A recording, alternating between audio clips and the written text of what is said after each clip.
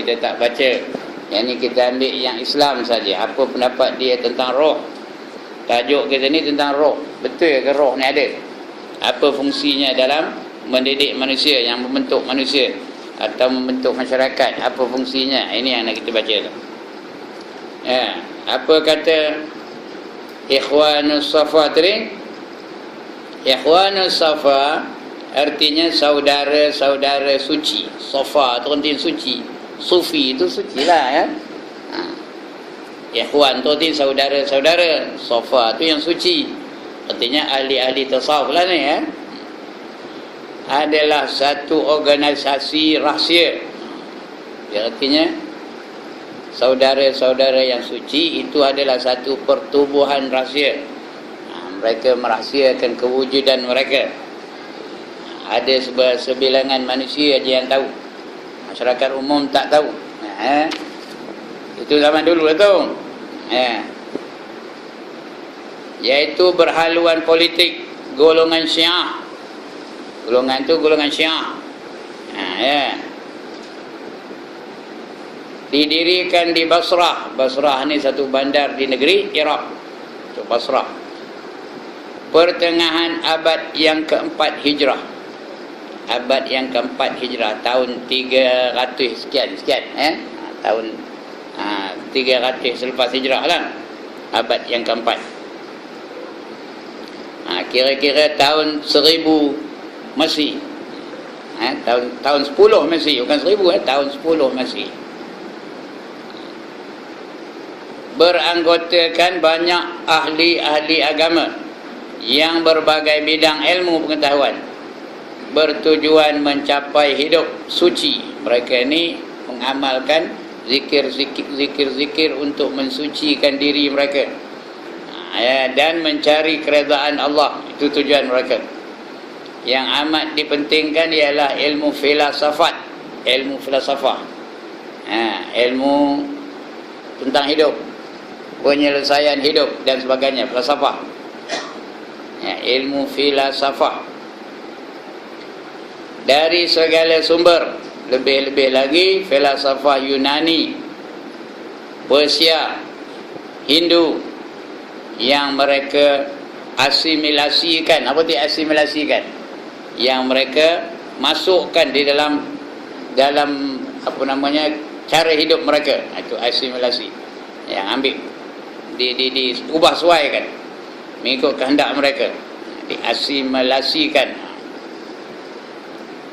dalam dalam hidup mereka, dalam agama Islam. Lebih lagi dalam agama Islam, mereka menerbitkan 52 risalah. Risalah tu penerbitan halayan 52 risalah yang dimasyhurkan dengan nama Rasail. Rasail itu risalah-risalah tentu, jamak kepada risalah. Rasail Ikhwanus Safa, yang boleh dikatakan sebuah ensiklopedia yang terlengkap. Ensiklopedia yang terlengkap. Macam kita ada ensiklopedia di rumah kita tu lah. Setiap perkataan ada uraiannya, ada asal usulnya, dari mana, apa pengertiannya, apa relevannya dengan kehidupan. Itu namanya ensiklopedia. Macam rumah kita lah ada ensiklopedia macam tu lah. Terlengkap yang pertama di dunia. Itu ensiklopedia yang paling lengkap, yang dikeluarkan oleh kumpulan ni tadi, Ikhwanus Safa ni tadi,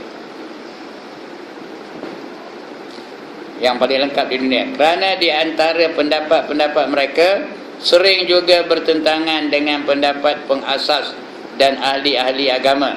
Ada juga yang tak selari dengan agama-agama Hindu, agama Buddha, agama agama Islam dan sebagainya, Persia dan sebagainya. Persia ni Iran lah sekarang ni ada yang bertentangan dengan pendapat agama-agama yang ada pada ketika itu. Maka untuk kebebasan mereka merahsiakan supaya tak ada ditangkap. Zaman itu zaman pemerintah yang zalim. Jadi mereka merahsiakan kewujudan mereka supaya tidak kena tangkap untuk kebebasan. Mereka merahsiakan akan organisasi mereka Akan tetapi ahli penyelidik sejarah kemudian hari mengetahui siapa-siapa promotor. Promotor tu dia pengasasnya dah ya. Yang mengasaskan, mendakwahkan tu promoter. Promoter tu penganjur. Penganjur mereka atau penggerak organisasi ini.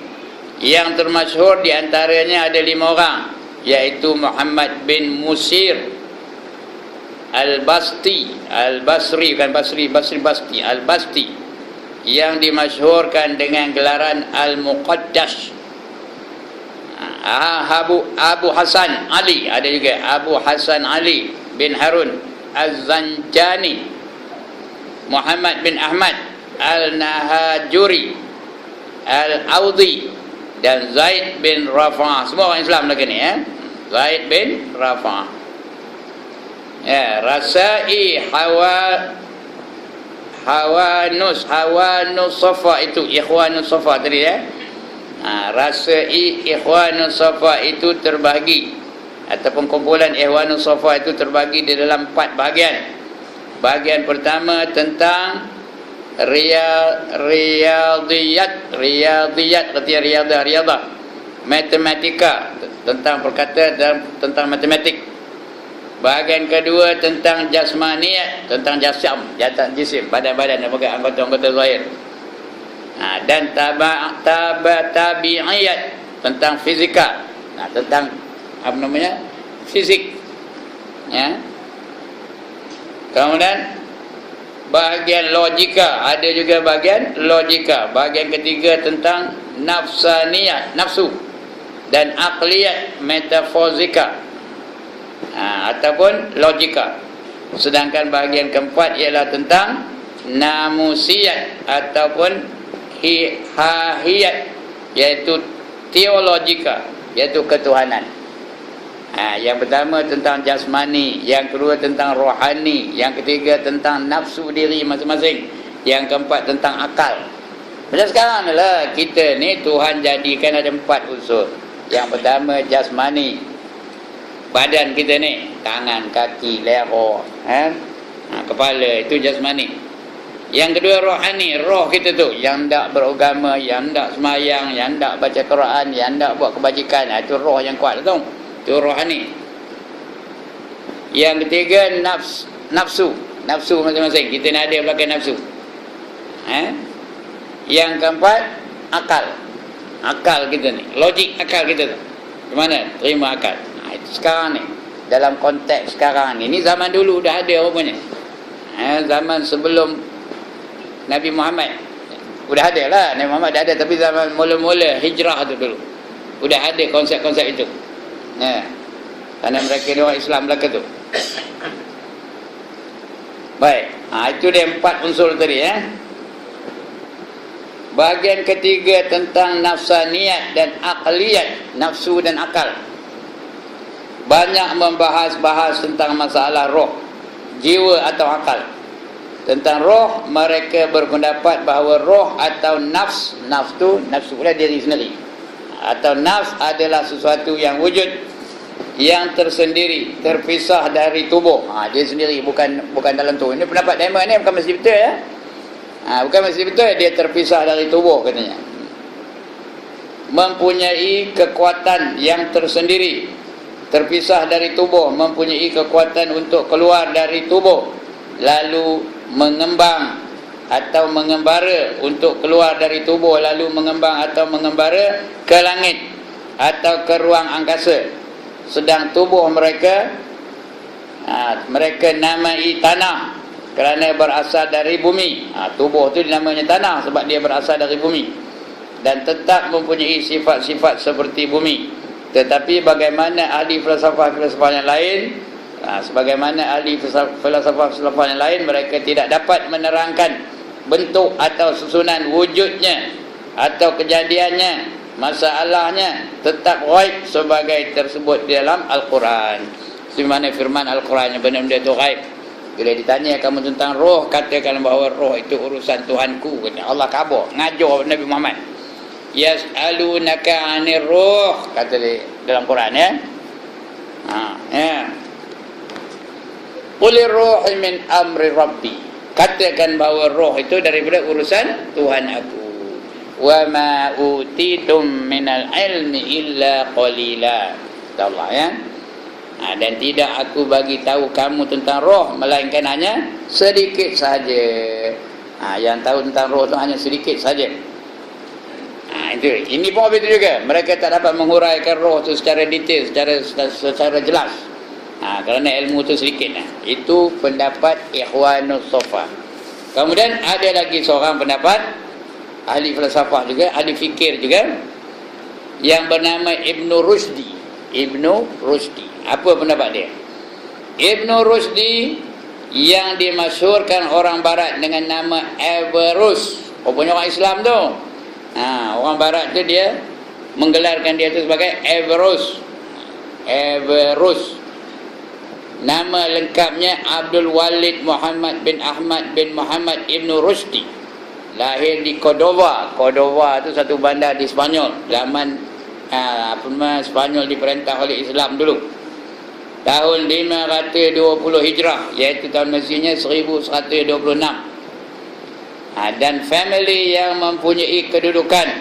Artinya family itu orang kaya-kaya lah, royal family. Ada kedudukan dalam masyarakat. Neneknya menjabat sebagai qadhi Cordoba. Neneknya qadhi main-main. Qadhi Cordoba. Menulis banyak buku tentang hukum hakam. Bapanya juga menjabat qadhi. Bapanya juga adalah seorang qadhi. Menggantikan neneknya.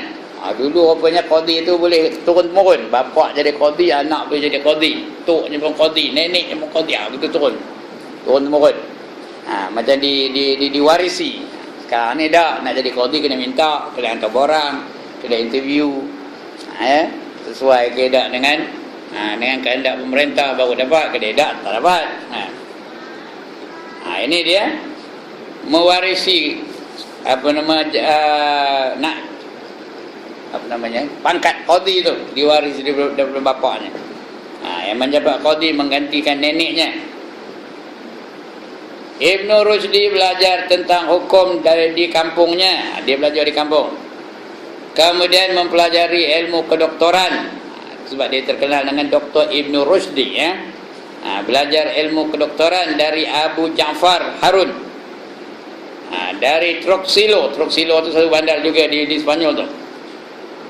Menjadi teman yang akrab kepada Ibnu Zuhri. Ada seorang lagi, Ibnu Zuhri. Seorang doktor ahli kesihatan yang masyhur, bersahabat karib pula tu dengan Ibnu Arabi, ahli sufi yang masyhur itu. Ibnu Arabi itu ahli sufi yang masyhur, namanya Ibnu Arabi. Pada tahun 548 Hijrah dia berada di Morocco. Morocco itu sekarang namanya apa? Sekarang nama Morocco tu apa? Maghribi. Sekarang ni namanya Maghribi, Morocco. Macam ustaz apa ke, dia kelulusan Morocco lah tu. Artinya Ustaz Anwar Ibrahim, kata salah saya. Dia kelulusan Morocco lah tu. Anak saya lah tu, Anwar Ibrahim, Anwar bin Ibrahim, anak saya lah. Dia kelulusan Morocco. Yang diperkenalkan kepada Amirul Muwahhidin. Amirul Muwahhidin artinya ketua segala orang yang mentauhidkan Allah. Abu Yaqub Yusuf oleh Ibnu Tufail. Ketika Ibnu Tufail diminta oleh Amir itu ketua ya, Amir Abu Yaqub Yusuf untuk menterjemahkan buku-buku karangan Aristoteles, Ibnu Tufail menganjurkan kepada Amir bahawa yang lebih berhak melakukannya ialah Ibnu Rushdi. Kata dia yang lebih pintar ialah Ibnu Rushdi. Mungkin kerana di dalam ilmunya tentang falsafah Aristoteles, Aristoteles tu, falsafah Aristoteles tu, dan simpatinya terhadap Aristoteles itu, Ibnu Rushdi sebagai menterjemahkan buku-buku karangan Aristoteles sehingga ia mendapat gelaran Asy-Syarik ataupun komentator kepada ahli filsafah yang terkenal, yang Aristotle tu. Aristotle tu terkenal, saya pun ada belajar dulu tentang Aristotle ni masa budak-budak dulu. Yang sangat terkenal. Dia lah yang mula mengatakan bahawa bumi ini rata. Bumi ini bulat, bukan rata. Bumi ini bulat. Dulu mula-mula orang percaya bahawa bumi ini bulat, rata. Aristotle mengatakan bumi ini tidak rata, bulat. The world is round katanya. Aristotle lah di antaranya. Jadi Ibn Rushdi menghasilkan penterjemahan buku-buku karangan Aristotle sehingga mendapat gelaran Asy-Syarik. Asy-Syarik tu macam klon Aristotle lah, atau komentator. Dan dari terjemahannya inilah dunia sekarang dapat menikmati pendapat-pendapat Aristotle itu. Ibn Tufal yang sangat terkenal dengan buku karangannya Hai bin Yaqzan, buku roman, buku romanis, buku Rumi dah, yang mengajarkan ilmu filsafah yang amat tinggi itu. Diperkirakan orang ada pengaruh Ibn Rushdi di dalamnya. Jadi karangan Ibn Tufal itu lebih mirip-mirip karangan Ibn Rushdi. Dia ada pengaruh Ibn Rushdi di situ. Tahun 565 Hijrah, Ibn Rushdi diangkat menjadi qadhi di Seville. Seville ni satu bandar lagi di Sepanyol, namanya Seville.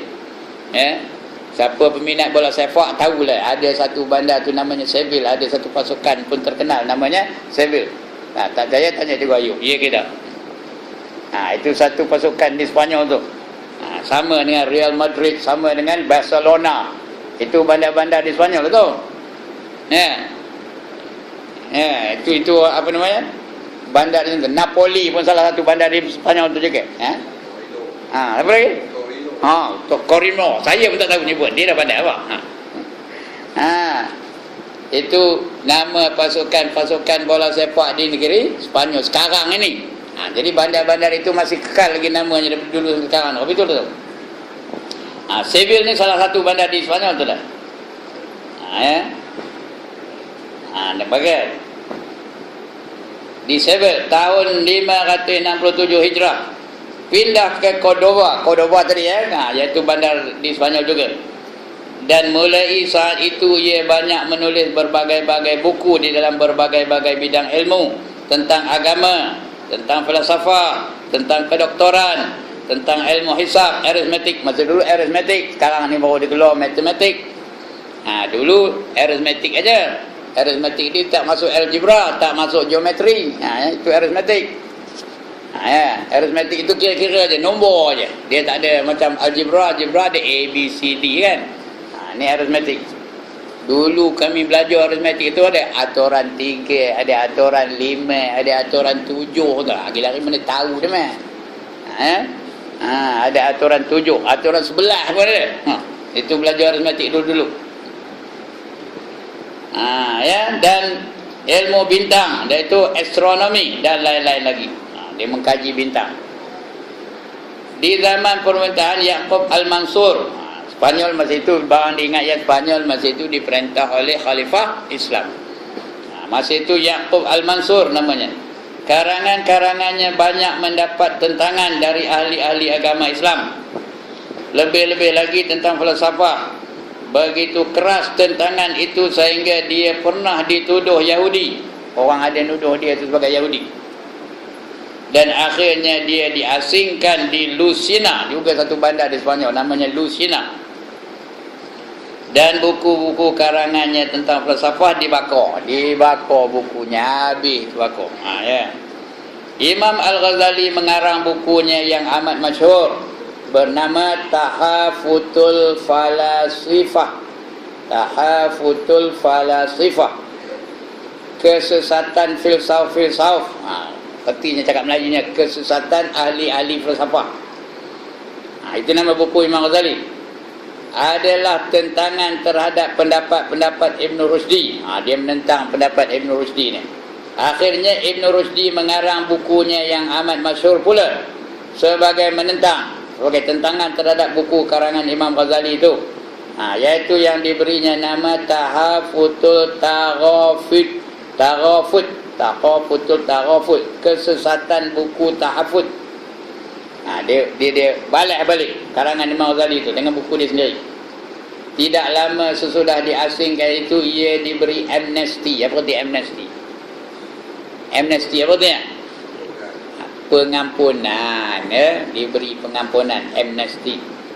Itu istilah-istilah apa namanya, istilah-istilah guaman, amnesti. Diampunkan dia. Tinggal sampai wafatnya di Morocco.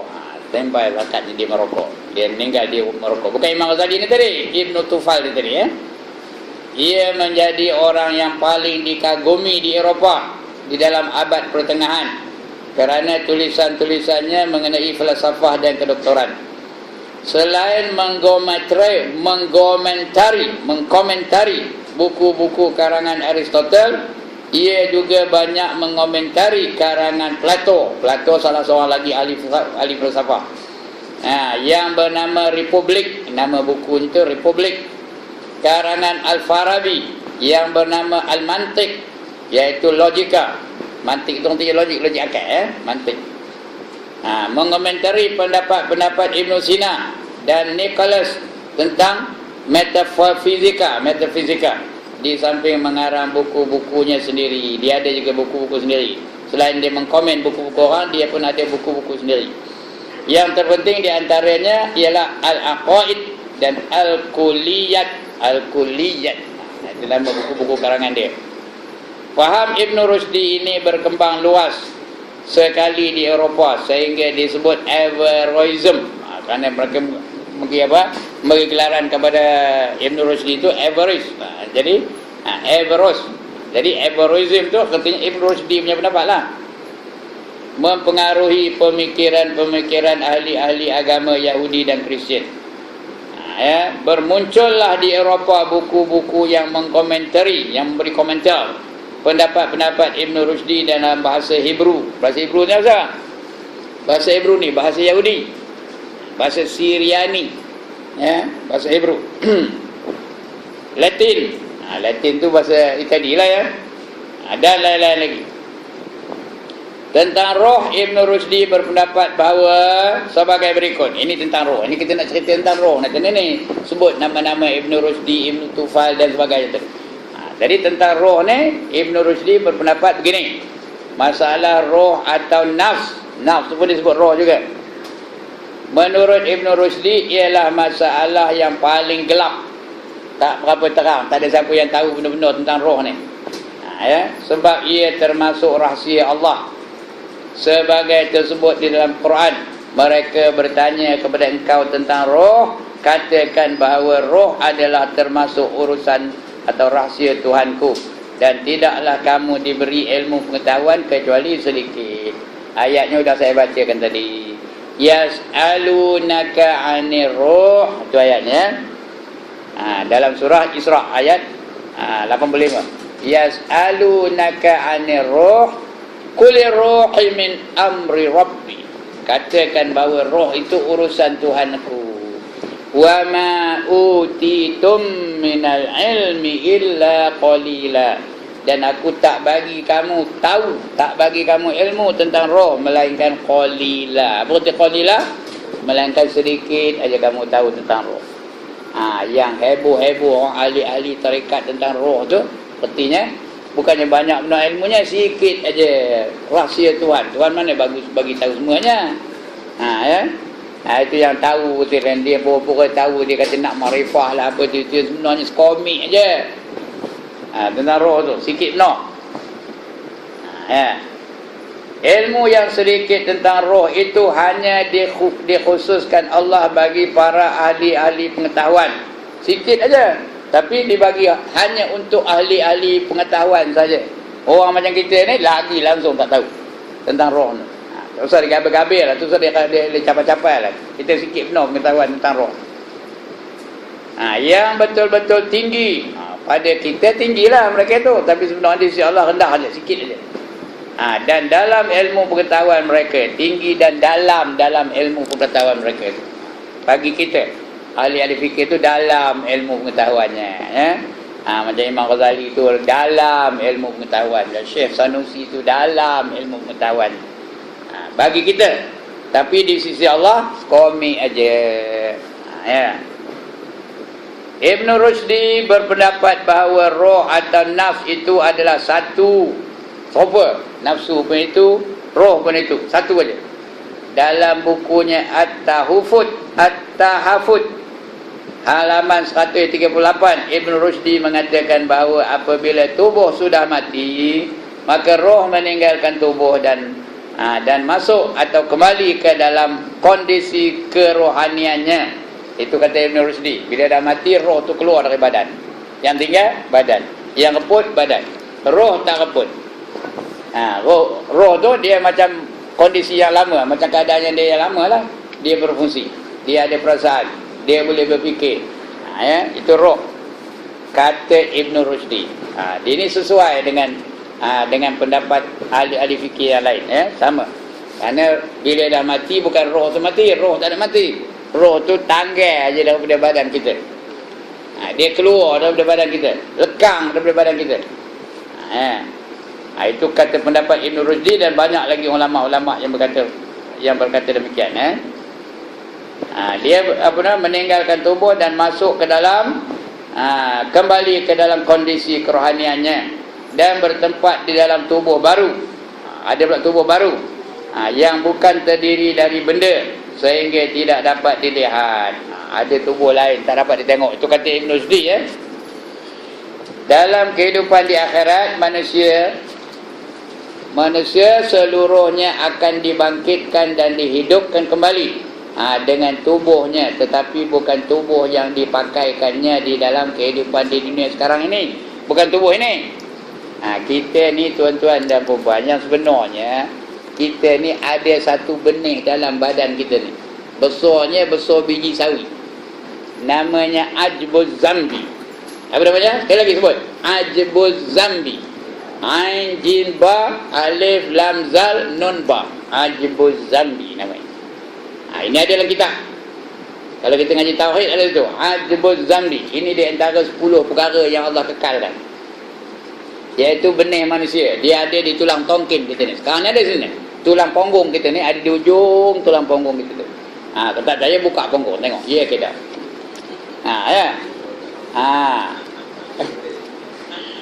Itu namanya apa? Ajbuz Zambi. Dari situlah Allah akan bina body baru. Body lama ni ke mana perginya? Body kita yang lama ni ke mana perginya? Hancur. Dikorek, dicacing, dikorek, diulat. Nombor 1 hancur apa? Mata lah nombor 1. Kerana nombor 1 jahat mata. Hancur dah semua. Tengkorak begitu kerasnya hancur. Tulang begitu kerasnya hancur. Tulang paha begitu besar dan keras, habis hancur. Yang tak hancur hanya Ajbuz Zambi itulah. Dari itulah Allah bina body baru. Body yang lain. Dan body itu tidak semestinya macam yang kita sekarang ni dah. Tidak semestinya macam kita ni. Kalau kita ahli syurga, body tu muda belaka. Walaupun dia mati umur 80, 90, tapi dia akan kembali menjadi muda. Kira-kira kalau lelaki umurnya 33 tahun, kemuncak ketampanan lelaki umur 33 tahun, dan sehandsome ya Allah, diam je demi. Sehandsome Zadi. Sehandsome apa? Sehandsome raja. Sehandsome Nabi Yusuf. Macam Nabi Yusuf. Bukan rupa Nabi Yusuf. Bukan semua rupa Nabi Yusuf. Mana nak kenalnya? Mana satu Zalim, mana satu Haji Tamin, mana satu Cikgu Ayub. Tak kenal. Dia Cikgu Ayub apa Cikgu Ayub lah. Tapi sehandsome Nabi Yusuf. Sehandsome Nabi Yusuf. Apa dia lah. Amin apa Amin lah. Ayub apa Ayub lah. Saya apa saya lah. Tuan-tuan apa tuan-tuan lah. Itu dia. Ini mengikut hadis Nabi SAW, ya. Dia akan muda dan sehandsome Nabi Yusuf. Kalau orang perempuan umurnya belasan tahun, 18 ke 17 ke. Dan secantik Siti Nurhaliza. Siti Zulaikha. Kerana perempuan yang paling cantik dulu, kini dan selama-lamanya adalah Siti Zulaikha. Yang akhirnya menjadi pasangan kepada Nabi Yusuf alaihissalam. Yang cuba menggoda Nabi Yusuf dalam istana Al-Aziz. Dia mula-mulanya jadi isteri kepada Perdana Menteri Mesir. Dia bela Nabi Yusuf sebagai anak angkat. Sudah besar Nabi Yusuf, dah dewasa Nabi Yusuf tu dah begitu handsome, begitu cantik, sampai tergoda Siti Zulaikha nengok Nabi Yusuf. Akhirnya dia cuba goda Nabi Yusuf. Dia panjang ceritanya. Bacalah surah Yusuf tu. Itu sebab nafsu tu disebut dalam surah Yusuf, innan nafsala ammaratum bisu. Sesungguhnya nafsu amarah itu sentiasa mengajak manusia kepada kejahatan. Kerana peristiwa Siti Zulaikha dengan Nabi Yusuf. Punyalah cantik. Buat cerita ringkas malam ni. Dia cantik nak goda Nabi Yusuf. Dia pun panggil Nabi Yusuf masuk dalam bilik. Dia kuncinya bilik tu dari dalam. Itu cerita Quran ni tau. Wa ghallaqatil abwaba wa qalat haytala dalam Quran.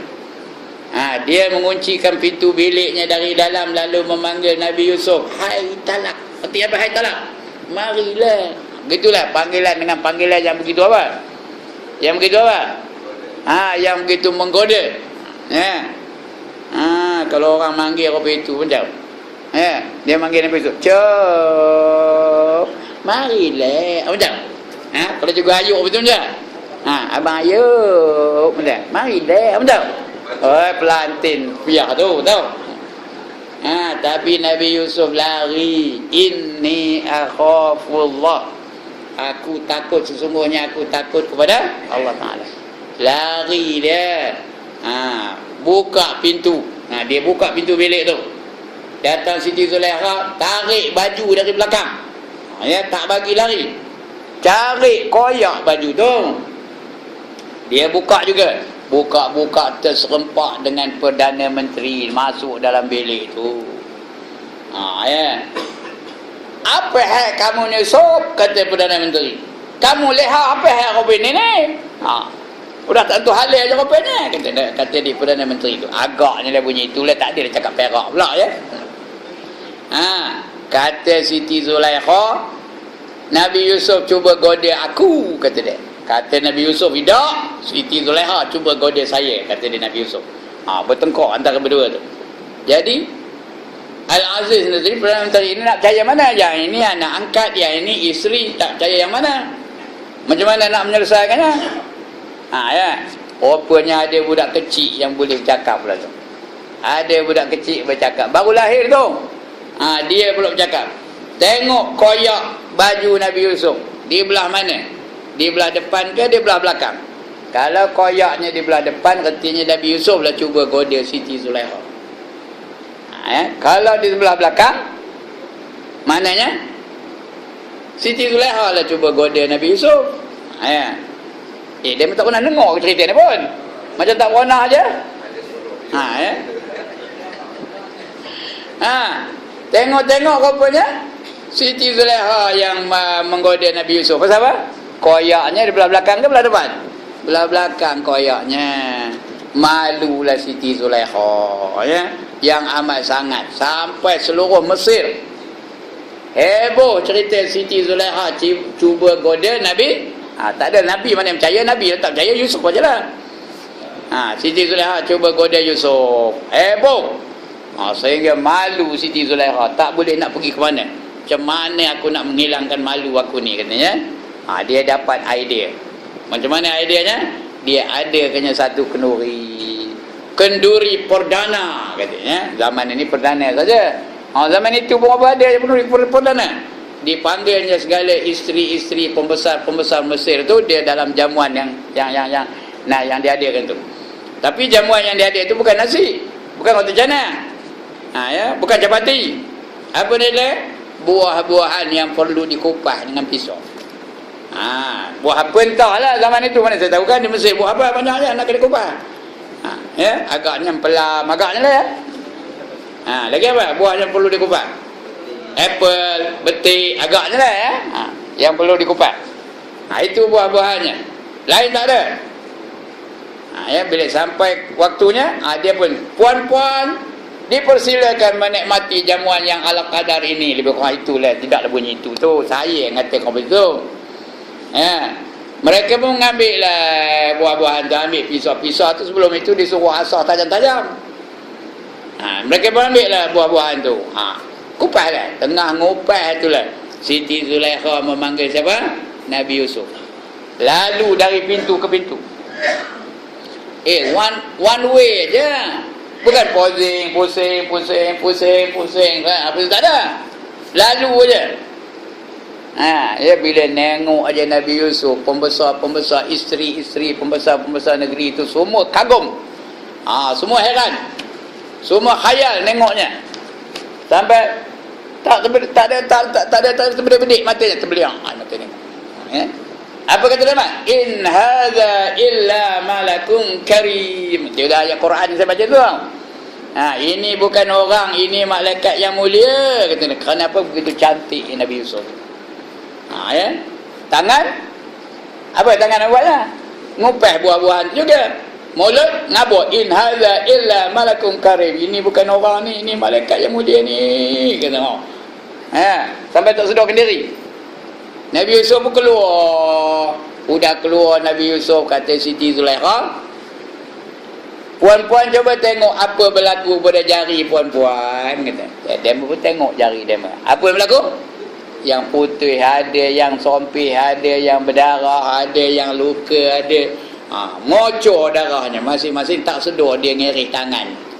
Kenapa? Terpesona dengan kehandsoman Nabi Yusuf. Ya. Itulah hebatnya Nabi Yusuf tu. Kita ada kan tengok orang perempuan bila sampai terkeri tangan? Ada tengok tak? Mana tahu entah ada pula ya. Ya, tengok perempuan lalu tu sampai cabik tangan tu ada. Ya. Tapi zaman itu ada. Itu menunjukkan bahawa Nabi Yusuf tu memang handsome. Sebab itu ahli syurga nanti akan serupa dengan Nabi Yusuf. Akan sehandsome Nabi Yusuf. Kalau ahli syurga. Kalau ahli neraka macam mana? Kalau ahli neraka macam mana? Rupa binatang yang amalannya diamalkan oleh orang itu di dunia ni. Kalau dalam dunia ni nak nerokam orang aja, esok dibangkitkan rupa serigala. Kalau dalam dunia ni nak melit orang aja, 5 kupang jadi, RM1 jadi, RM2 jadi, sekupang pun jadi, 2 kupang pun jadi. Esok bangkit rupa apa? Rupa ular, melit aja kojen ya. Ada juga yang dibangkitkan rupa babi hitam, siapa hendak angkat tangan. Rupa babi hitam dibangkitkan esok. Apa sebab? Pasal dia meninggalkan semayang waktu. 5 waktu tu tak semayang. Jenuh dia azan di surau taman sosial ni. Nehin aja, tak peduli aja. Esok bangkit rupa babi, siapa hendak? Ya. Ada yang bangkit rupa kaldai. Kaldai tu himar. Panjang aja telinganya. Jorin aja hidungnya. Suaranya pun buruk penuh suara. Siapa mereka itu?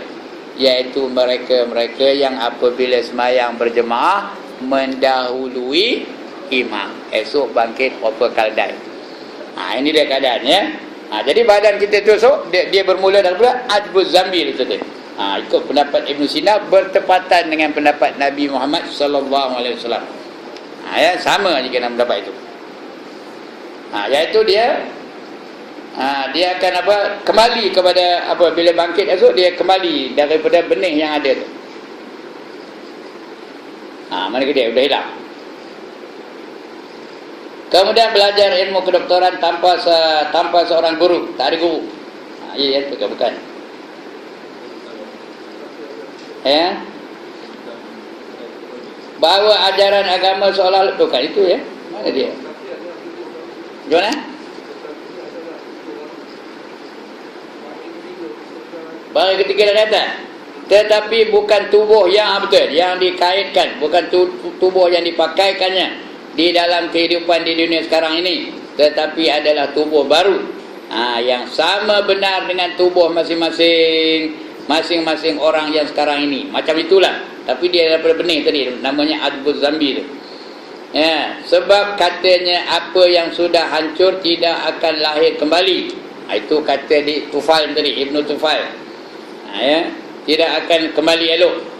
Pendapatan ini atau pendapatnya ini didasarkan kepada sebuah hadis yang diriwayatkan oleh Ibnu Abbas yang mengatakan bahawa apa yang kita dapati di akhirat nanti adalah lain, hanya namanya saja sama, namanya sama. Nikmat pengobit itu lain, namanya serupa. Ya, walaupun kita tengok benda itu sama. Orang ahli syurga diberi buah-buahan di syurga tu. Apa kata? Hadza ruziqna. Inilah dia rezeki kami. Ya. Wa basyiril ladzina amanu wa 'amilus solihati anna lahum jannatin tajri min tahtihal anhar kullama ruziqu minha min samaratir rizqan qalu hadza alladzi ruziqna min qablu wa utubihi mutasyabiha wa lahum fiha azwajum mutahharatun wa hum fiha khalidun. Berilah berita gembira kepada orang-orang yang beriman dan beramal saleh bahawa bagi mereka ada syurga-syurga yang mengalir di bawahnya beberapa sungai. Ya, setiap kali mereka diberi makanan, diberi rezeki, mereka kata rezeki ini serupa yang kami dapat di dunia dulu. Hadza ruziqna allazi hadza allazi ruziqna min qablu wa utubihi mutasyabiha. Serupa dengan yang kami dapat dulu dalam dunia dulu. Doroyan ini serupa dengan doroyan di dunia dulu. Itu namanya serupa, tapi hakikatnya serupa ke tak? Nikmat syurga hakikatnya serupa ke tak dengan doroyan di dunia ni? Ada tak doroyan di syurga? Ada. Ya. Tapi serupa ke? Tak serupa, namanya je serupa. Doroyan sini, doroyan sana. Di sana doroyannya bukan macam doroyan sini. Tak ada mangkor-mangkor, tak ada berulat-berulat, tak ada bonyor-bonyor. Ya. Doroyan takor je, tahu takor. Kata Ustaz Yasruddin yang terkenal dalam radio tu, Yasruddin Osman.